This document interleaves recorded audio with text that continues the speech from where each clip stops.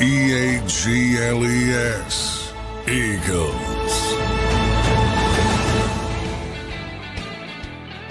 Welcome in, everybody, to a Football Friday edition of Birds 365 here on JAKIB Sports. I'm your host, Zander Krause. That's my co-host, John McMullen, the #1 Eagles beat reporter in town. Johnny Mack, the Underwear Olympics kicked off last night. The NFL Combine. Johnny Mack, how you doing on this Football Friday, brother? What excitement. What excitement to watch broad jumps and vertical leaps and 40-yard. I'm amazed that the NFL has turned this into what they've turned it into. I know. They deserve a lot of credit for that. But, yeah, I mean, we've talked about it. The important stuff is the medical stuff, the teams that get to meet the prospects face-to-face, unlike the Los Angeles Rams. But the Rams did pretty well last year when it came to the draft anyway. But and then you just want to, when it comes to the actual testing, the only time it really matters is the outliers. When the teams get something they weren't expecting from what they saw on film. Right. And that could be positive or negative. And one player we talked about yesterday because of the Eagles and their potential need at edge rusher. Woo, bad day for the Eagles, man. Yeah. Guys, Shemar Stewart specifically is a guy, I didn't think he was going to last the 32. But, you know, Jeremiah had him at 28. You start to see he didn't get a lot of production sack-wise in college at Texas A&M, and you start to think, well, maybe some teams don't like him as much, and then he just one of the greatest combine performances ever from a physical trait standpoint. Talked about Cooper DeJean yesterday, how good his was, 29th out of 2,000 quarterback. Shemar Stewart finished third out of 802. No, and at one point, 1,802. 1,802. Thank you. 1,802. 3.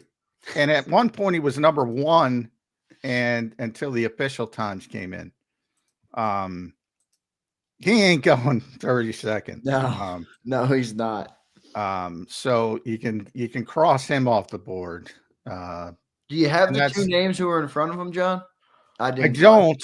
I can ask Kent Lee Platt's the one who does it, but I don't have it in front of me. I can try to find out. But, you know, 6'5", 267, ran a 4.6 40, vertical leap of 40, which is maybe, I mean, for a guy who's weighing 267 pounds. Yeah. Someone put a comp up of it, and I don't want to go down that road in terms of that, but yeah, Myles Garrett was the last guy at that size. Yeah. He's 6'5", Myles Garrett's 6'4". Shemar's 267, Myles is 272. Arm length 34 1/8 for Shemar, 35 1/4 for Myles. 40-yard dash 4.6 for Shemar, 4.64 for Garrett. 10-yard split was 1.58, 1.63 for Myles. 10'11" broad jump, 10.8 for Garrett, and then 40 vertical for Shemar, 41 for Myles. So they're very comparable athletically. Yeah. Now, you know, obviously Myles went number 1 overall, deservedly so. He was a bigger producer. Ironically, they're both from Texas A&M as well. He was a much bigger producer at the college level, so. Yeah, still film trumps everything, but I don't think he's going to be Myles Garrett. But no, me neither. I also don't think he's going to be the 32nd pick in the draft.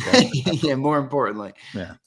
So from an Eagles standpoint, it's just, you know, again, not that it was going to happen anyway. I mentioned that on yesterday's show. I thought somebody would fall in love with the athleticism, but I didn't think it was going to be this crazy. Yeah. And yeah, somebody's going to fall in love with that athleticism. I could see him being a top 15 pick now.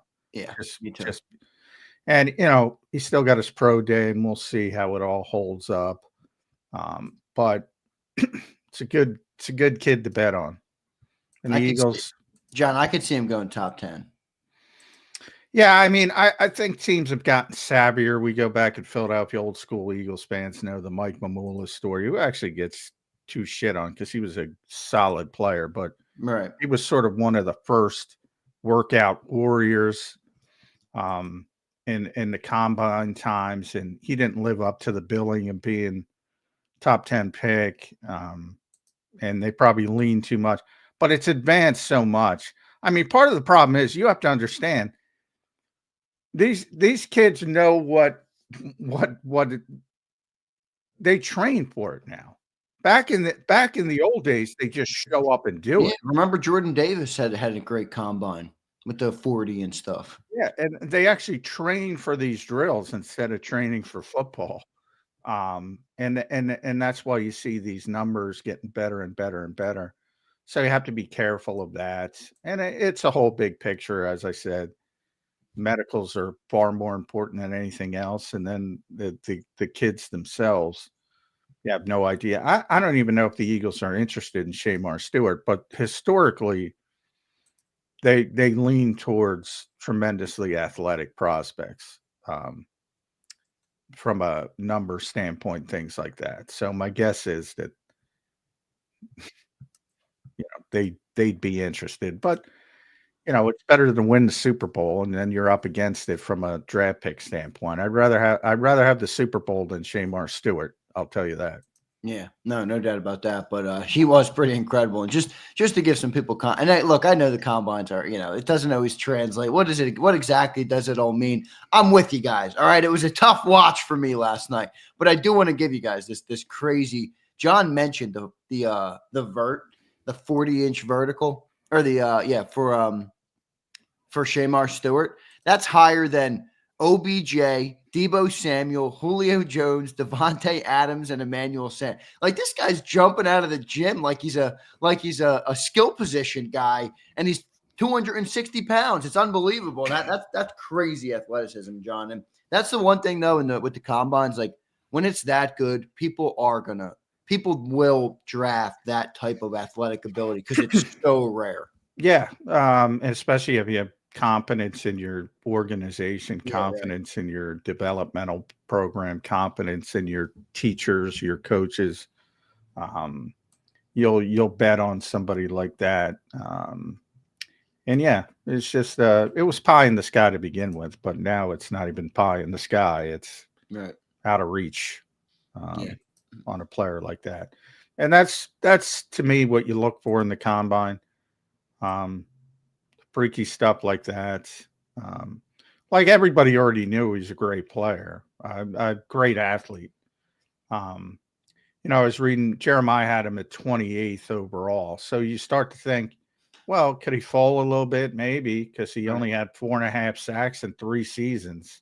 Yeah, which is not productive. Like most people would probably look at that and be like, I don't really care about the combine. He wasn't productive. Now, he did lead A&M in pressures, so he was effective. It's kind of a Bryce Huff story.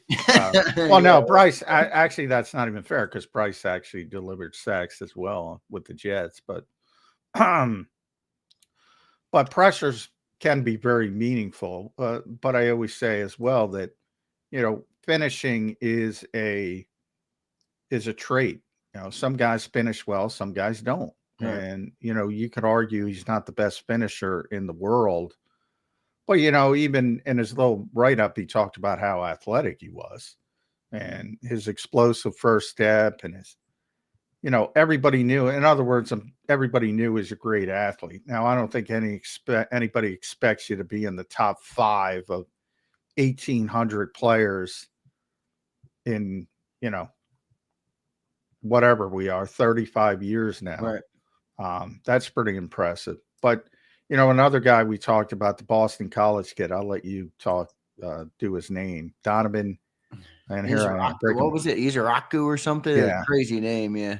Now he's been a finisher at college level, but he's a good athlete as well. Is he going to be in that range? I don't think so. Usually edge rushers get pushed up a little bit. Yeah. Especially when they have good combine. That's the one thing. I mean, I know people kind of laugh at it sometimes, but it does have an impact. Yeah. If you don't have a good combine, maybe you do drop down in a couple spots to 32. If you have a great combine, you're going to push yourself up a little bit. There's a couple other guys, John, I do want to talk about, but I do want to just welcome everybody into the show today. It's a football Friday. I hope everybody had a great week, and I appreciate you watching here on Birds 365, whether you're live or after the fact. If you're listening to the podcast, we appreciate you as well. John, we did have a little bit of Eagle news that came down yesterday that I want to hit on early in the show, just so people are updated. And then we'll dive back into a couple other players. A couple other players I want to talk to you about from the combine. Landon Jackson, one of them.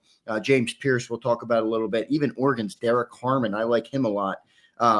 But offensive line coach Greg Austin gets hired by the Eagles. He returns after a stint with Doug Peterson in Jacksonville. He was previously the offensive line assistant for Jeff Stoutland here in Philadelphia. I want to say, what was it, 2013 or 2015 or something? 2013 through 2015. He was Jeff Stoutland's first assistant in Philadelphia when Chip Kelly got here. So kind of a Jeff Stoutland hire here. What do you think of it? Greg Austin returns to yeah, it's more well, at the time, it was more of a Chip guy because he was a graduate assistant at Oregon. So he came with Chip, as did Jeff Stoutland, though. So, I mean, you know, Chip should get more credit for bringing in Jeff Stoutland. So, but he was the first one. And, you know, one thing that has always surprised me is that Jeff Stoutland's assistants have not been in more high demand. He went from this guy, Greg Austin, to Eugene Chung, to Roy Isban, and then TJ Paganetti. And none of them got offensive line coaching jobs in the NFL. None of them. Isban left for Cleveland to be their assistant offensive line coach, and Paganetti's going with the Saints to be some kind of run game specialist or run game coach. I don't think they've given him an official title yet, but he's not they already hired an offensive line coach. It's always been a little bit of a surprise to me why. And Eugene Chung is, you know, that's another story. He's accused the league of some issues over the years, but you know, look at this offensive line in the Jeff Stoutland era. Yeah, I don't know. I'd be looking at his assistants, and you know, I have confidence that he'll make the right decision here. He left to become an offensive line coach at the college level. 2016, he left to become the offensive line coach at Central Florida. Then he went to Nebraska. That's where he was an offensive lineman at Nebraska. So he became the offensive line coach at his alma mater until things went wrong there. And then he went to Florida International. Then he got back in the NFL with Jacksonville, as you mentioned, over the past 2 seasons. First as a quality control coach and then as the assistant offensive line coach. So, you know, familiarity. If Jeff Stoutland okays it, I'm okay with it. But, you know, assistant offensive line coach isn't going to move the needle, but there you have it. They are going to fill out the staff. You view this as the replacement for Paganetti? I guess that's yeah. He was now Paganetti was. His official title was assistant offensive line coach, run game specialist. I don't know if they'll give him that same title. I guess they haven't put out like a title or anything for Austin. Okay. No. And they'll do that when they get the staff together. They also interviewed speaking of Jacksonville, they interviewed a quarterback, potential quarterback coach, Nunzio. Nunzio. By the way, sounds like a guy straight out of the Sopranos or something. At what point do we go, all right, Sirianni, Patullo, Dom, you know, at what point do we say there's an Italian? It's an Italian takeover. And you're bringing in a Nunzio? Yeah. I love it. I love that name, man. The full-blooded Italian. But his brother just got hired as the Jags defensive coordinator.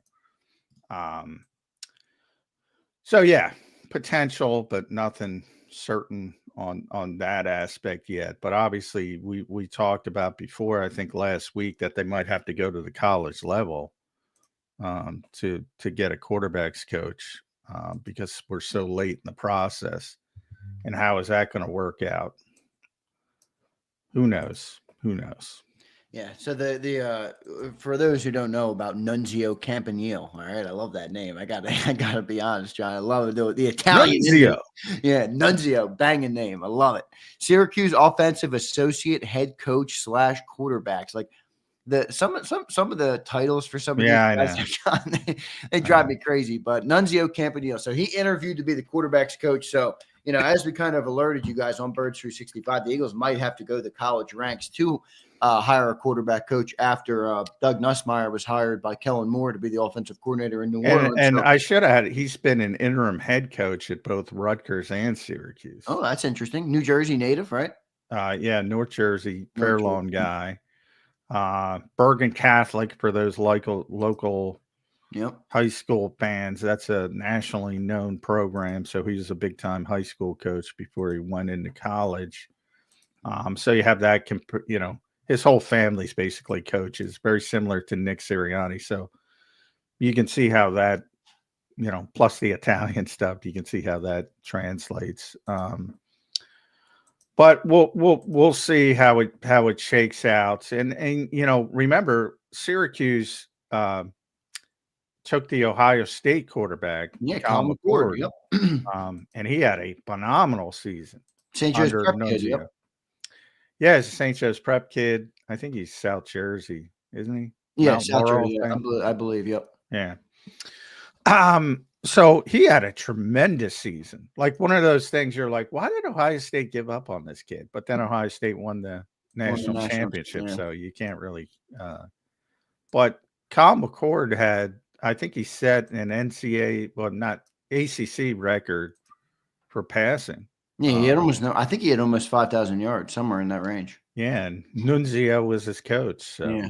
It's got to count for something, I guess. I think it does account for something. Maybe Nunzio's a good. And people are asking, John, how much say has Big Dom gotten in this Eagles organization? Yeah, Big Dom's got a lot of say. People don't realize. Man. I know. People make it out to be some kind of, I don't know, because it's so weird. And it is weird, but he is, because people talked about him as being the security guy for so long. And you talk about titles. His title now is insane. Yeah.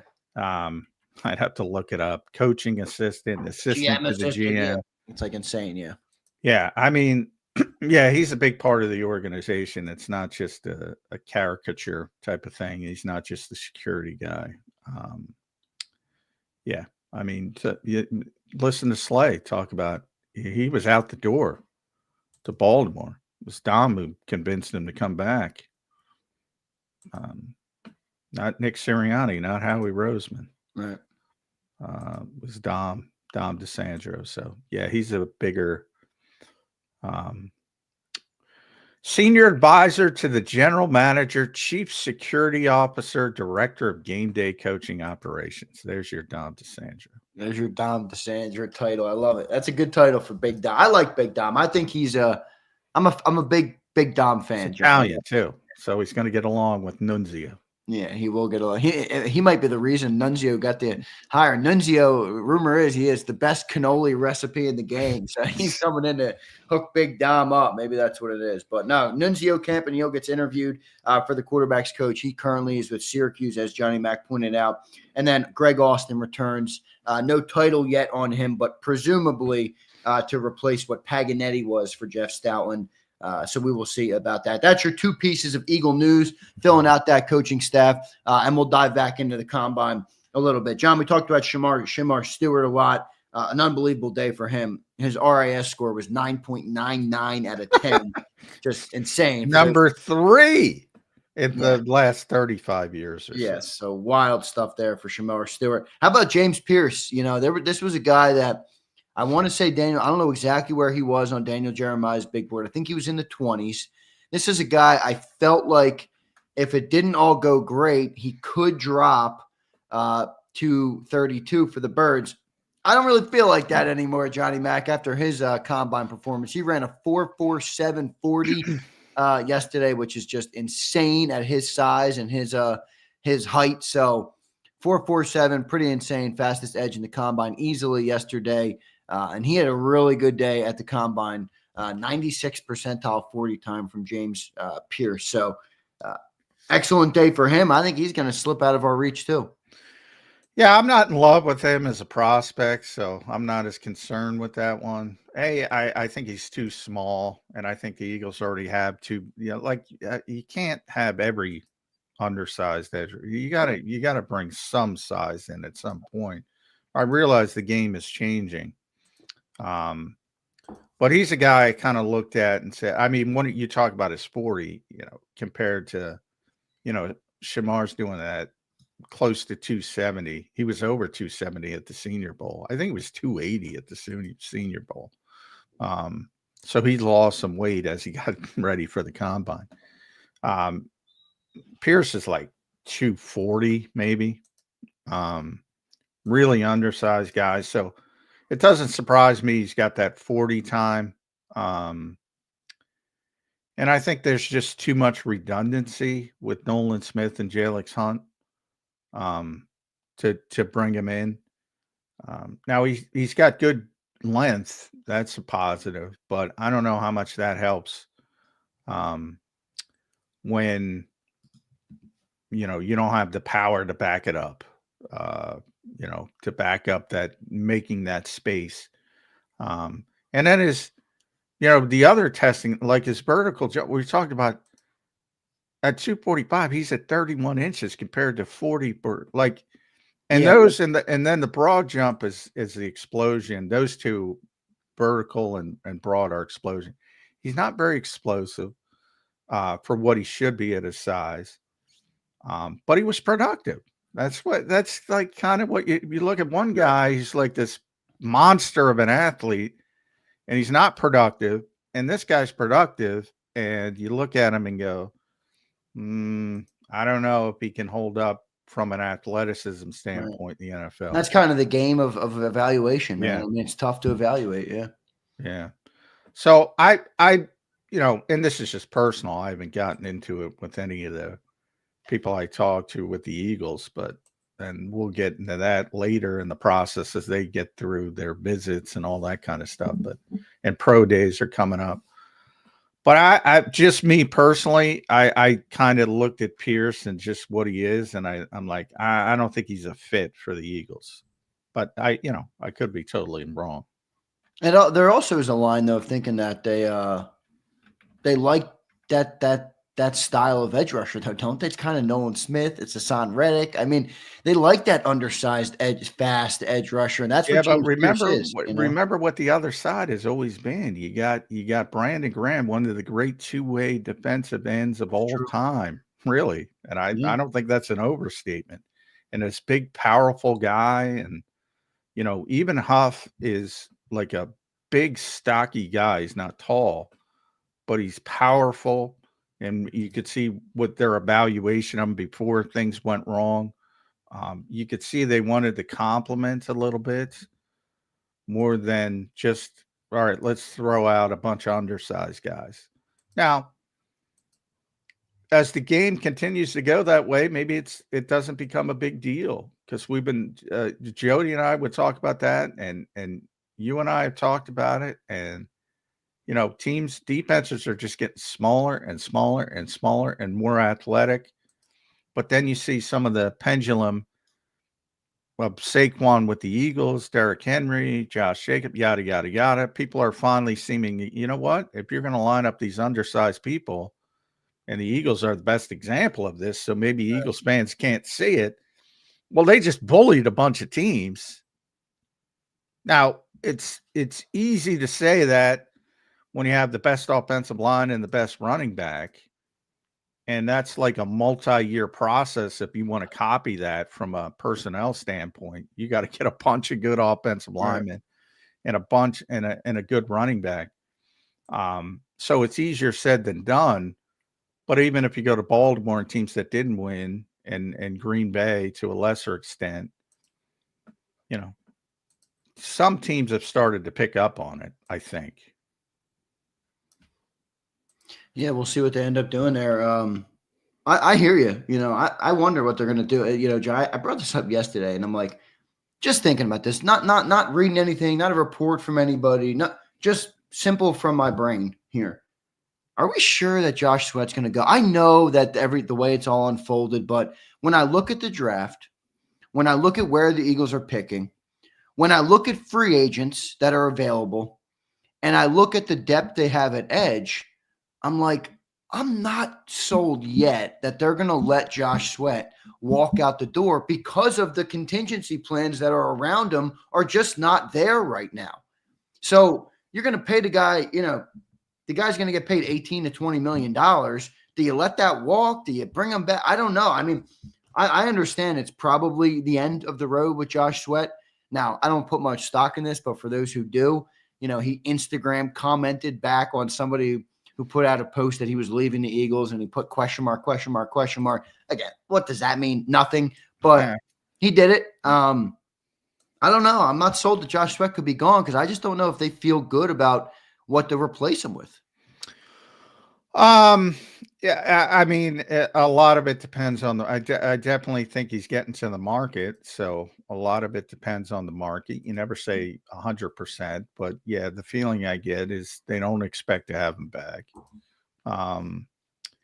If you think about what happened last year and they told him to go get a trade, as you've seen all over the place, the NFL's changing from that standpoint as well. They said you can try to get a trade or take less money to come back, and he took less money to come back. That tends to be a negative thing for players, that tends to stick with them. And I think he proved that had the type of season that he really shouldn't have had to take a pay cut, but he did. So there can be some bad blood when it comes to stuff like that. Yeah. But you never say never. I mean, you're right. Free agency stinks. I was reading Jimmy Kempski, who I have great respect for, and he's putting out, could the Eagles sign Khalil Mack? I'm like, 35-year-old Khalil Mack. Like, I'm not saying that's a bad idea. It's not my favorite idea, but that's where I'm comparing it, where I'm like, are the Eagles going to go down this road, or are they just going to re-sign the guy that they've drafted, developed, and had here for years? I don't know. Well, the problem is if you're signing Khalil Mack at this stage, it's probably a one-year deal. It's a one-year deal, and probably an edge depth. Void years on top of it to deal with the cap, of course, from the Eagles' perspective. But in all reality, a one-year deal. Plus, with Josh Sweat, you're dealing with multi-years, and it's a much more bigger commitment than signing a guy, So when you talk about those older players, and everybody loves the big names, the big name trap, but Khalil can still play. And if it's later in the process and you can get him on a one-year deal and he wants to play and he wants to chase a ring, yeah, maybe.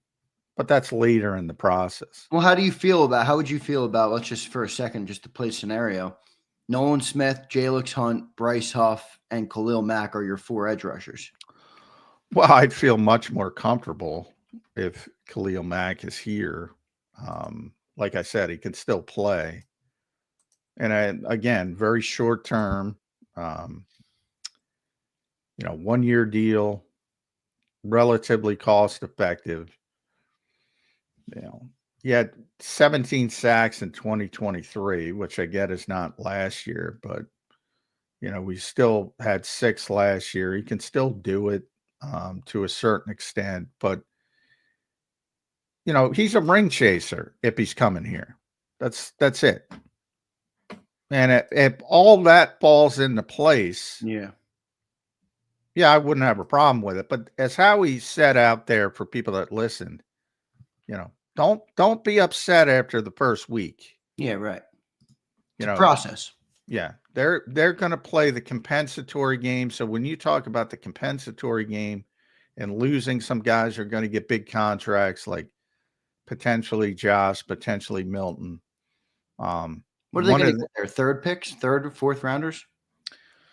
Well, the highest you can get is 3rd, and it all is dependent. I think that's one of the things that people don't understand. You don't get a compensatory pick for losing someone. You get a compensatory pick as a grouping if you lose more than you sign. So in other words, if you lose Milton Williams and then you go sign Khalil Mack right away to even $10-12 million deal, that's going to affect your compensatory pick stand. Right. That's what Howie's talking about when be patient. Right. There's a little bit of an element where you got to game the system a little bit to maximize. Exactly. And there might be some of those guys coming later in the summer, the 1-year guys, rather than the big money multi-year guys who are going to generate. But like Kirk Cousins is going to generate the largest compensatory pick this year from the contract he signed. That's at the end of the 3rd round. That's the highest it can be. Right. Which are valuable. You know, sometimes I think people brush off compensatory pick. That 3rd round pick is pretty valuable. Yeah. And the highest, and there's only 32 of them. So people have to understand that as well. So a lot of times you think you're going to get a compensatory pick, but it deals with contract size and all that kind of stuff. And again, how many free agents you bring in versus how you lose. And if you get cut off at 32, and then there's some compensatory picks for, now they've added compensatory picks for losing minority candidates to jobs, GM or coaching jobs. So there's some other ways to get them as well. But as far as signing free agent, like when if the Eagles lose Milton Williams, they don't automatically get a compensatory pick. Yeah. In other words, if you lose 3 of your 4 free agents, that doesn't just mean you're getting 3 compensatory picks. No. But the Eagles are very good at playing that game. They understand the years. They come in with this wide-ranging plan. That's why Howie's prepared people for it. This is a compensatory pick year. They think they're going to lose some guys who are going to get big contracts. And because of that, they're going to understand what's coming back if they're disciplined. And that's why he's trying to warn you about that.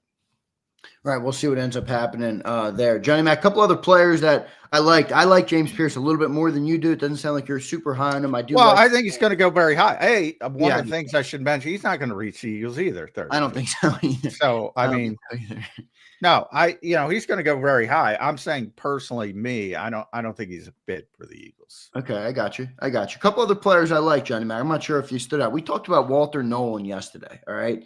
And I don't think he's reaching 32 at all. I think he could be top 15, top 20 in there probably would be my guess. Maybe could be 20, 22, 25, somewhere in that range. I really like that kid. And I would wonder, with Milton Williams out the door, would the Eagles be willing to make a move to go up for a guy if they felt good about him? I don't know how they feel about the player, but I like him. So I'm just guessing or giving a scenario out there. Could they move up for a guy like that? That's a more versatile defensive tackle, maybe even, dare I say it, package Jordan Davis and 32 to move up a little bit. I don't know, something like that, where if you're losing Milton Williams, presumably this year with this offseason, which I think we're going to because the numbers is going to be too high, are you going to ask Jordan Davis to play more of a traditional defensive tackle role next year? Or are you going to elevate more of Jomo? Like, that's a tough situation. Do you agree or no? Well, I have a lot of confidence. No on Jordan Davis, I would think, to your question. Which one? The that he would play more traditional? Yeah, that he would play more traditional. I just don't think that's his strength or that's what he's going to be, unfortunately. Morrow, though, I think is played very well this year. I think he's got a lot of upside. He's already gotten, one of the things about Morrow coming out of college, he was very small. And he's already gotten a lot bigger with a year in an NFL weight room, and I assume that's going to continue to go in a positive direction. And he was very effective down the stretch. I think everyone looked at the young edge rushers and they forgot about Morrow Jomo. Yeah, he was great. He was. You're right. He's very effective down the stretch. So I have a lot of hope and optimism for Morrow Jomo turning into a good player. With Nolan, Walter Nolan, not Nolan Smith, he'd be a perfect replacement for Milton Williams. Yeah. He's sort of the same size, more of a pass rusher than anything else. But I think, again, and there's only 31 picks, not that I'm breaking news here, so as we get through all these names, Stewart's not going to be there. Right. Pearce isn't going to be there. The Boston College kid's not going to be there. Walter Nolan's not going to be there. Well, other positions got to go too. Right. So it's true. Somebody might fall through the cracks. Now, as I say that, I don't think it's going to be Walter Nolan. I don't either. The only reason I said it is because I just wonder about, with the change with Milton, what does Vic Fangio feel better about? Having a guy like Walter Nolan and Jalen Carter as your two defensive tackles, because you're going to be in that, that front that they were in most of the season. That's why Jordan Davis didn't play that much. Or does he feel better about having Jordan as the nose for those early downs with Moro Ajomo in there? I don't know. I think it's a fair thing to wonder. I know. Well, with Vic, that also depends. Like, can you stop the run with a 4-man front? Right. When he couldn't early in the season, he went to a freaking 6-man front in New Orleans to stop it. I know that. That's crazy. So, if they're struggling, Jordan will be out there. If they're not, they're going to play a bunch of 4-man fronts. Yeah. I mean, it's really simple with Vic, man. Yeah. I mean, the beauty of Vic Fangio is he don't stand still though. Like if they're struggling, and New Orleans, it's the perfect game. He rolled out the 6-man front. He first rolled out in Chicago that turned Sean McVay upside down. Simple and common sense, Vic Fangio. Yeah. I like it. Yeah. And if they struggle with some of the undersized people, Jordan's going to be out there more. But at the end of the season, the second half of the season, a lot of it deals with the offense too. Are you playing from a lead? Are you, taking the running game away from the other team, from the opposition? A lot of things factor into it. But if they're struggling against the run, yeah, I mean, he'll put out extra bodies up front. He's already proven that for years. Yeah, I'm curious to see how they end up, how they manage the potential loss of Milton Williams there. It's going to be interesting. That's why I really like that Walter Nolan kid. I don't know what it is about him. I just like him. I was watching him yesterday. He didn't do every drill yesterday, but I said this guy's a defensive tackle. I know. Only watching on video. He's skinny. He is. He's fast. I mean, makes him such a great pass rusher. Yeah. And I've been talking about this for years, and it hasn't been the Eagles. But man, how many undersized guys can you put out there at once? I don't know, but they might test that theory. Yeah, we'll see what they end up doing. Speaking of Milton Williams, I saw a report that came out the other day, but I don't know if it was true or not. It's so hard to friggin' decipher what's true, what's real, and what's not in today's world. But somebody put out a report that the Cowboys are thinking of extending. I don't even know his name. What was the guy's name? They're one of their interior defensive linemen for like $21 million a year. And I've never even heard the name. I'm like, boy, if this guy's getting $21 million, Milton Williams might get $25 million for all I know. Talking about the Nigerian kid, he's a good player. Is it Edie something? Yeah, he's a good player. But I don't know about 20. Yeah, I'm with you. He's a good player though. Let me see if I can find the thing I was talking about. It's got to be him. Yeah, I don't know what his name is. Ozzy, he's I hesitate to go to the Nigerian names, but yeah, he's a good player. I'm looking try to Osa Odigizua. Yeah, that's it. He's a very good player. So it doesn't surprise me that. Now, what the Cowboys, it surprises me that they try to do things early, but he's a good player. Yeah. Now, Fish Sports is who put it out. That's a Cowboys insider. Oh, he knows. That's Mike Fisher. Yeah, well, he put out source. Cowboys are very close to a done deal with Osa Odigizua. Fish above $21 million per year. Stay tuned.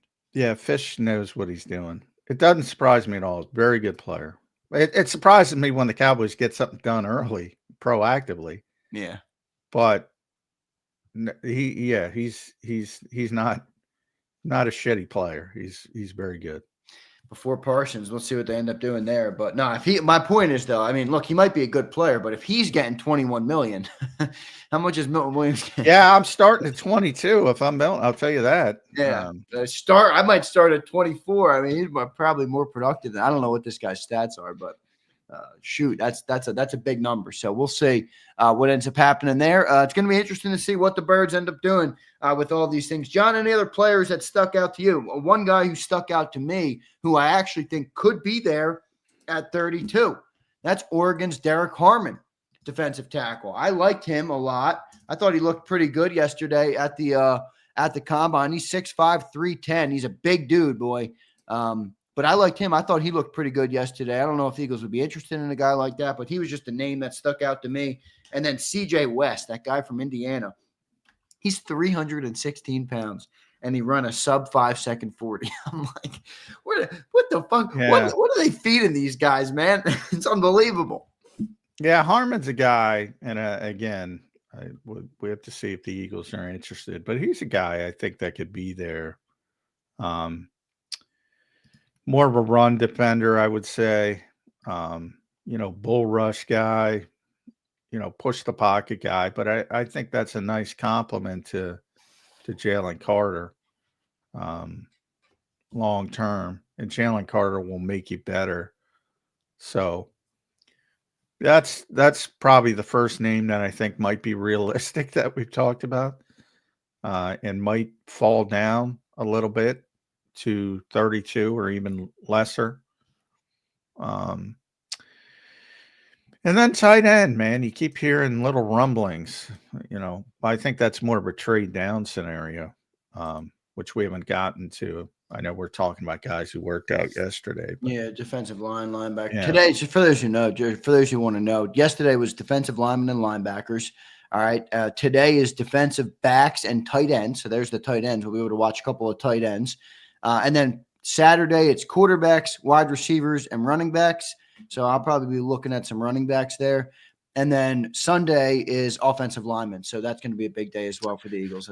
So I think if you're an odds man, I'm still betting on defensive front first, but a lot of tight end rumblings around the Eagles. Yeah. And they've already indicated they know that they need more depth, and they know they need to start thinking about the future with Dallas Goedert. So if they could trade down like they did in 2018 and get one of these tight ends, one of these big-time tight ends, who can, and I'm not talking about Tyler Warren, you Penn State people. He's not going to be. He's not in the mix. But there's a bunch of good tight ends in this draft, and they can maybe get one in the top of the second round if they want to drop down. I haven't looked at all of them, but there's two of them that I like, the tight ends that aren't Tyler Warren. I like that Colston Loveland from Michigan. Well, I think he's the first rounder. Yeah, Colston Loveland's probably. Now, he's got some injury issues, so maybe that factors into it.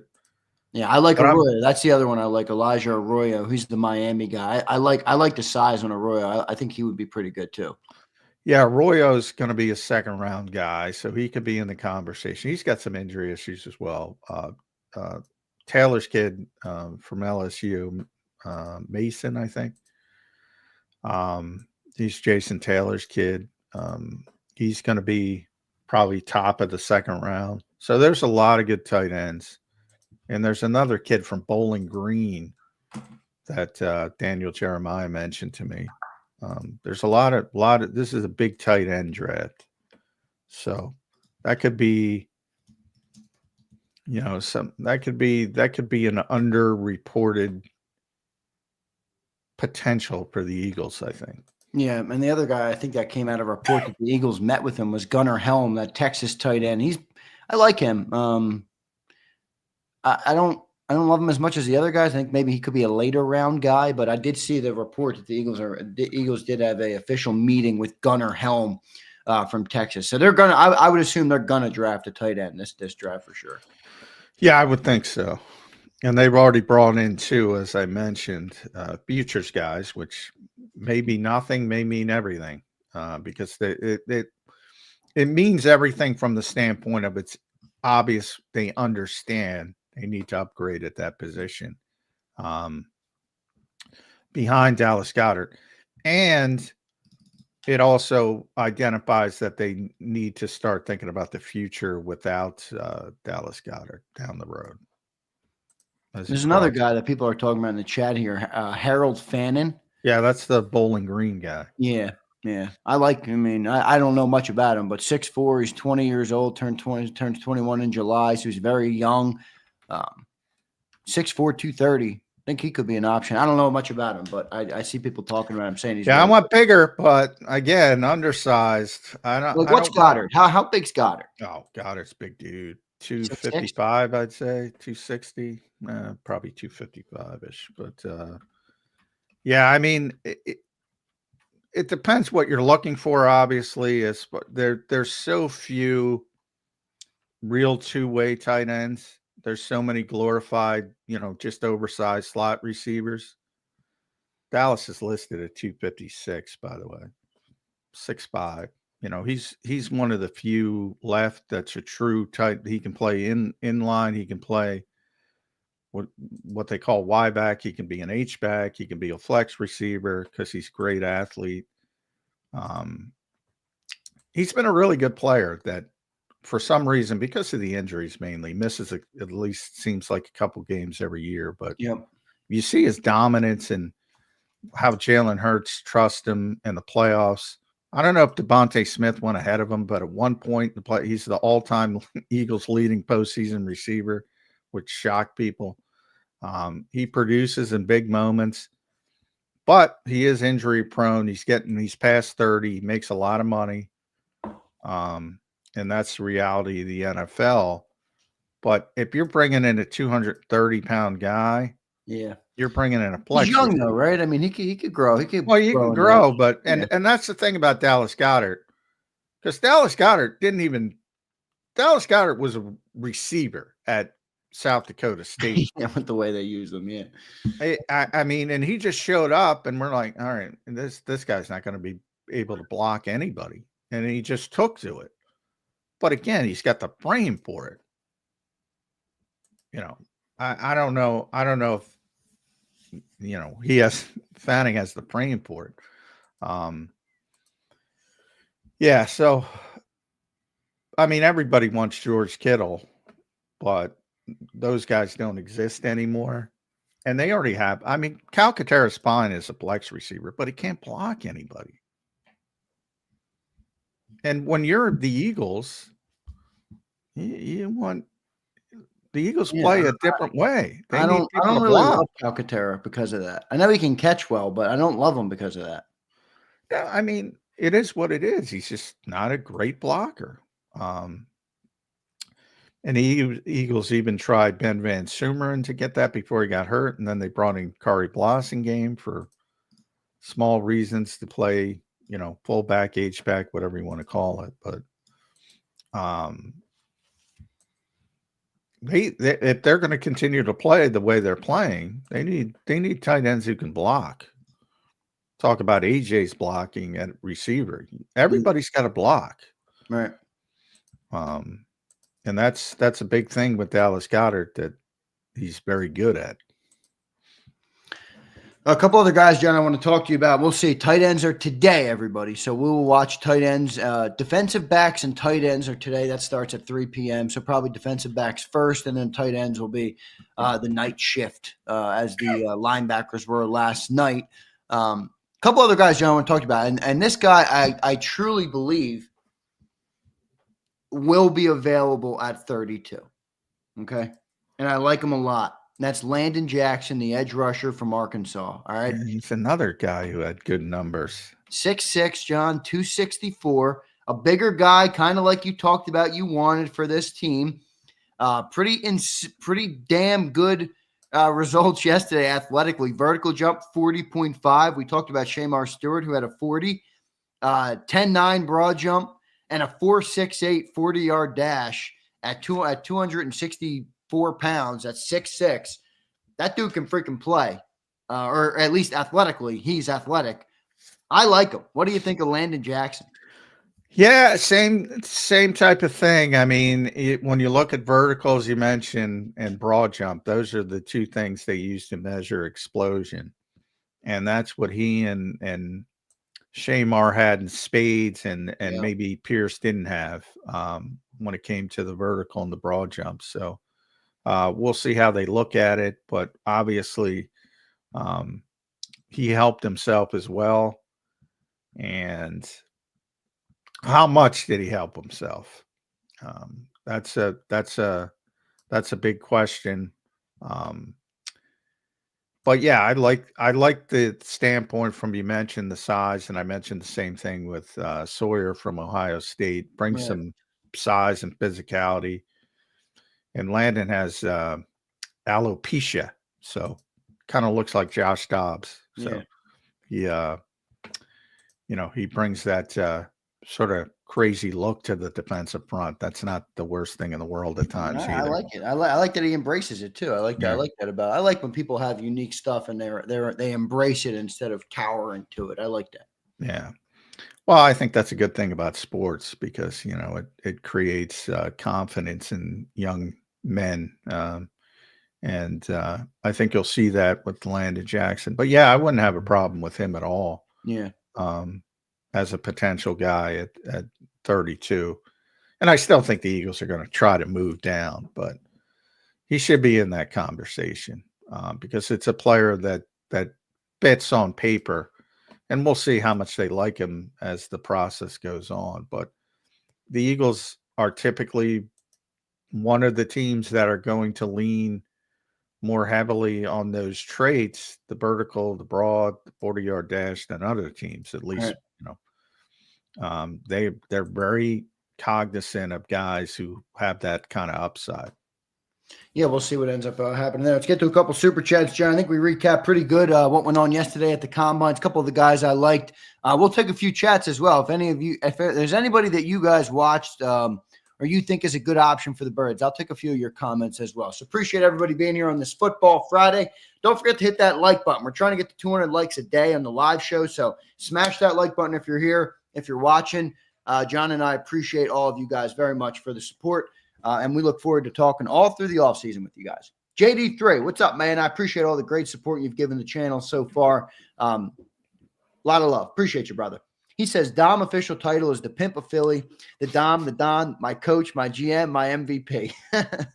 It's getting to that point, JD3. It is. He's one of the most popular people in Philadelphia. And Dom's very smart. He doesn't talk a lot. That's one of the reasons. Keep the mystique up. Yeah, I like Dom. So I met Dom at the Maxwell Awards, Johnny Mac. He's a very good dude. Yeah. And he's very important to the Eagles. So I'll leave it at that. Yep, good stuff there. Kyle Stewart checks in. What's up, Kyle? J-Mac, have you seen defensive end Nick Scorton? Yeah, he's that A&M guy. I like him. 20, he's young. 6'4", I think he is. 285, so heavy. Well, I'll say this about, there's certain schools in Texas A&M we're just talking about. Shemar. I mean, they're loaded from a talent standpoint. But I do you like him as what? Where do you expect him to be? What is he expecting to go? How many, to me, the Eagles, if you talk about edge rusher, they need immediate help at edge rusher. Right. Like they need, and that's what Jeremiah called this draft. They need, it's not a splashy draft, but it's a starter's draft is what he calls it. You got to find a starting level player pretty early. And that's not easy to do at 32, but you got to have that upside for me. And again, it might not even be 32. It's probably more likely. One thing with Nick 40. is, he's super young. Super young. He's 20. Well, the Eagles tend to like that too. I like that, but if you're talking about a guy that needs to contribute in year one, do you like that as much? I don't know. Maybe you want a guy that has a little bit more, polish, a little bit more experience under his belt, a little bit more. Well, yeah, you might have to wait a little bit there. Morrow was very young when they brought him in. He started college at 16. Jeez, was he? He was like a 7th round pick out of Texas, right? Yeah, Morrow? yeah. So but sometimes it's you got to wait a little bit, and he's, I don't know. I'd have to look, but he's small too, not height wise, but weight wise. Depending. Scourton, actually, no, he's like 280-ish. I'm thinking he's bigger. Yeah, I'm thinking of somebody else, but yeah, there's a lot of base end, as I talked about with Sawyer. I think you can get a bit better base end, and that's old school thought of in the old days when you play a 4-3, the left end would be the base end. He'd be the guy that, don't let anybody break contain, hold up and run support. I think Vic, being an old school guy, would like to have somebody who's more physical. And that part of it, I think guys like Sawyer would be a better fit at that stage. Good stuff. Johnny Mac, we have breaking news here on Birds 365. Breaking news, everybody. The Philadelphia Eagles have officially hired their new quarterbacks coach, and it is not Nunzio Campanile, unfortunately, but Scott Leffler is being named the new quarterback coach of the Philadelphia Eagles. Nunzio! Come on. Yeah, I know. As a former Michigan quarterback, he's been the head coach at Bowling Green State University the past 6 seasons. Led them to a bowl game the last 3 years. By the way, start thinking about the Fanning kid from Bowling Green. Oh, there you go. Yeah. The tight end. That's right. Yeah. So, hey, head coach at the college level, as you mentioned, quarterback, generally you got to play quarterback to be a quarterback coach. Thought maybe they would have to go to the college ranks, so that part doesn't surprise me. Anytime you see a head coach, even at Bowling Green, but college has changed. A lot of people want out of college. I talked about it last year on the show because of the NIL stuff, and they just don't want to deal with it. I remember he was at Temple, I think, at one point. Yes, he was. OC quarterback coach at Temple in 2011, Johnny Mac. Well done by you. Yeah, I used to cover Temple a little bit back in that era. That's why I kind of remember the name. But so many people have gone through Temple over the years, surprisingly amount. But yeah, I mean, hey, we'll see how it works out. But pretty good name, I would say. Understanding. I kind of like that they went with like a head coach in college. I know it's not a huge program, but I like that. I think that's good experience. I think that's a good thing to bring into their coaching staff. Maybe that's pie in the sky, but I like that part of it. Yeah, it's a little bit unconventional, but you have to do it late in the process. I always go back to Gunnar Brewer as a wide receivers coach. They were late in the process and probably didn't work out the way they would have liked, bringing him from the college ranks. But I do think a head coach is a little bit different, and he's played the position at a big time school, obviously in Michigan. He's coached it a bunch.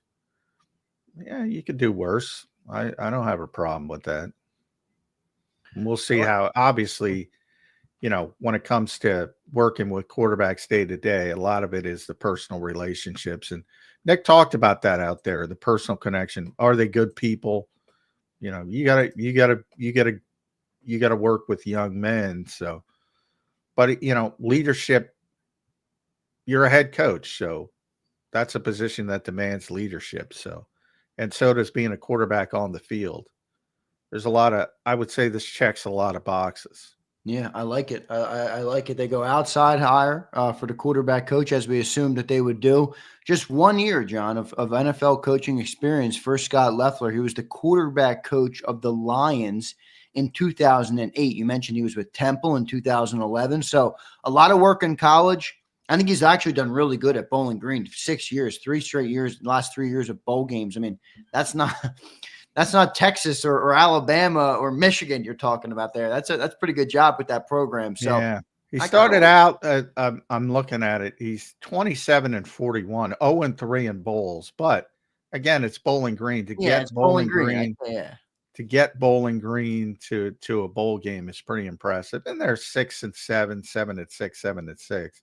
So they're not killing it, but that's pretty good. There are certain programs, that are difficult to turn around. So I'm not going to hold that against them. But I remember thinking, what is Green Bay doing hiring Halfley from Boston College? That worked out pretty well for them. Yeah, it did. I remember I remember we were discussing that because of the week 1 game, where we had to play them. And we didn't know anything about Halfley at that point. No. So, we'll see how he fits in. Going from a head coach, even at college, to being a position coach is quite the change. But I would think he just wanted out of the college ranks, and who could blame him? Yeah.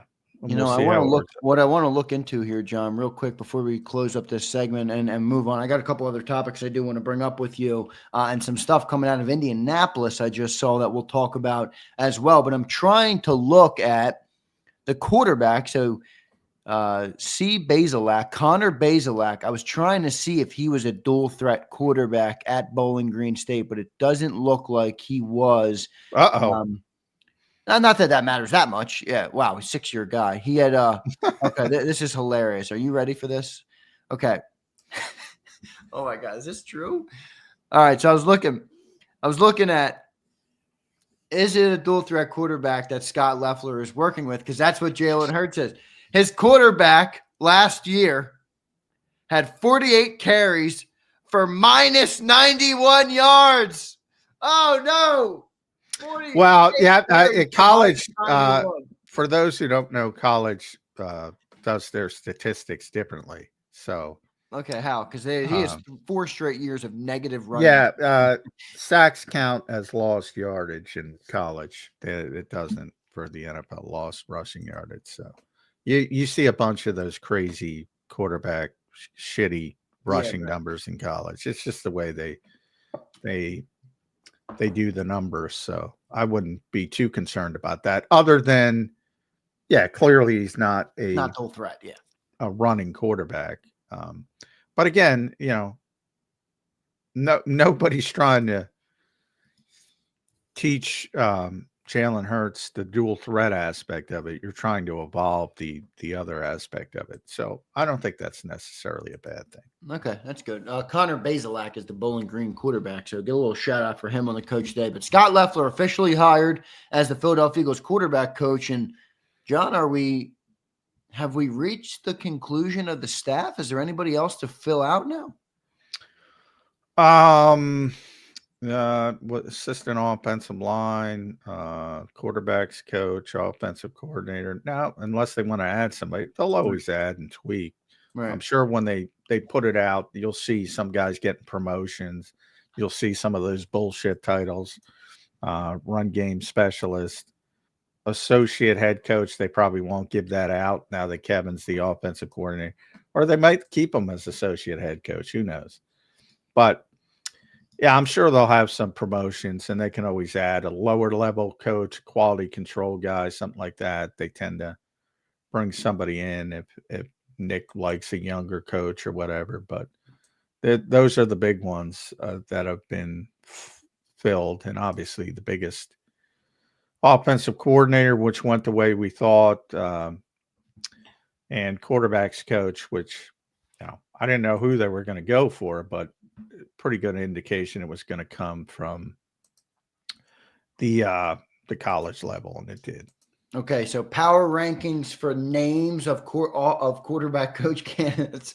Nunzio Campanile is going to come in at the top. Unfortunately, he did not get the job, but he leads our power rankings on names. Yeah, where's Big Dom? Big Dom.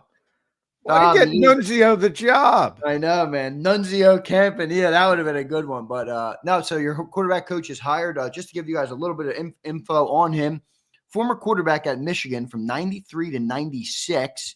And then he spent 2000 to 2018 as a quarterback coach or offensive coordinator with a bunch of different programs. John mentioned with Temple in 2011. He was the QB coach with the Lions in 2008. And then since 2019, he's been the head coach at Bowling Green. So a lot of experience in the coaching world, and he is now your quarterback coach of the Philadelphia Eagles. So Scott Loeffler, the new quarterback coach. Good stuff there. The Eagles are close to the conclusion of their staff. So pretty good stuff there. Johnny Mac, we're going to take a quick commercial break. Do you have a final thought there you want to get out? Yeah, Bowling Green made it official that he's leaving the great Bowling Green State University.